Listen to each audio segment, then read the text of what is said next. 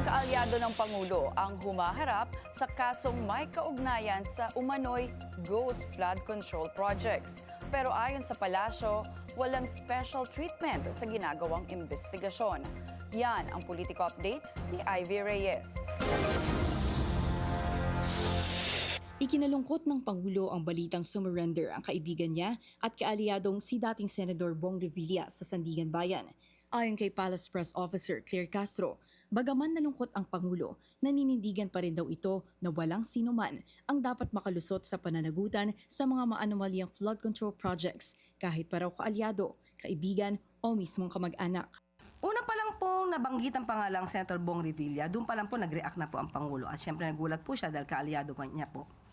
Pero sabi nga niya po, makailang ulit sabihin niya, kahit nga po kaalyado, kung kailangan imbestigahan, dapat imbestigahan.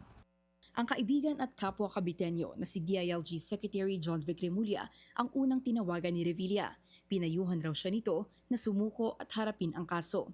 Ani Remulla, walang special treatment kahit kaibigan niya si Revilla.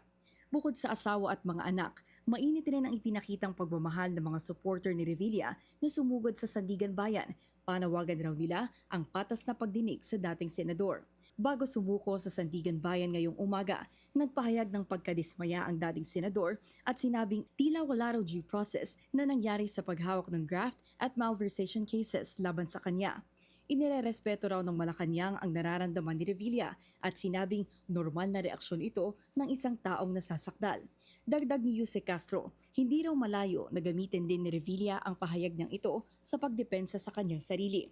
Dawit si Revilla sa isang 92.8 million peso ghost flood control project.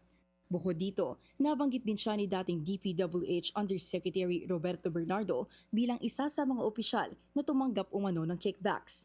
Ayon kay Bernardo, nakapag-deliver daw siya ng 125 million pesos sa bahay ni Revilla noong 2024 at isa pang 250 million pesos bago mag-eleksyon noong Mayo 2025. Ito na ang pangalawang kaso ng dating senador na nooy napiit kaugnay naman ng pork barrel scam. Ivy Reyes, Billionaire News Channel.